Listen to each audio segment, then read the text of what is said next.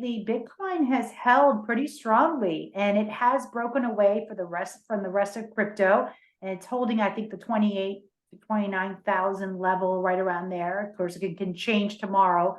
Do you believe that Bitcoin is now demonstrating qualities of holding value, maybe against inflation, and possibly as an alternative currency? Yeah, it's a really great point. So some of the things that I like about Bitcoin is the limited supply. The inelastic supply. Yeah, so 21 million Bitcoins outstanding, programmed on the blockchain, and with that, you compare it to fiat currencies where the money supply is increasing. Printing, printing, printing. Yeah, and so I think that that is a very good characteristic when you think of hard money. In my opinion, the main cause of inflation is money printing. Yes, exactly. So that will continue to be an issue. And then, in addition, Bitcoin had many major technological innovations in terms of a native internet money, call it. And it enabled self-sovereignty for investors. Basically, the first time ever outside of, holding a brick of gold and some diamonds and a watch in a safe somewhere, which is notoriously difficult to transport if necessary, and even more difficult to send halfway across the world. With Bitcoin, you can do that all electronically. So to create a hard digital money was a huge innovation, in my opinion.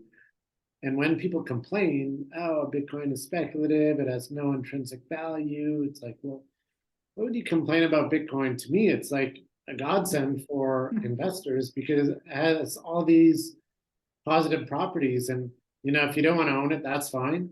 I don't own every single thing out there. Some people see value in Rolex watches. I don't have one of those, but I can see why others would view those as valuable, or baseball cards, or whatever they are, or U.S. Treasury bonds. Granted, those now pay interest. But that being said, very innovative, tremendously useful for investors. And when I think about diversification and asset allocation, I do like to think about tail risk.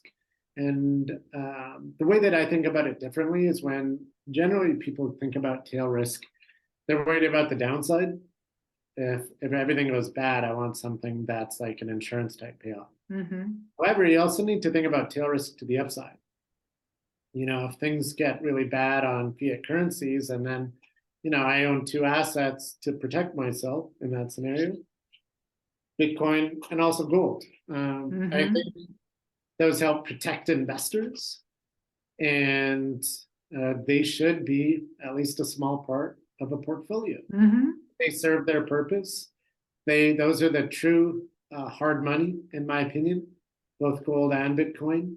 They're generally uncorrelated with the market, have good long-term historical returns, and I think good potential upside as well. The other common criticism I hear on Bitcoin, they're like, oh, it's too volatile, too risky.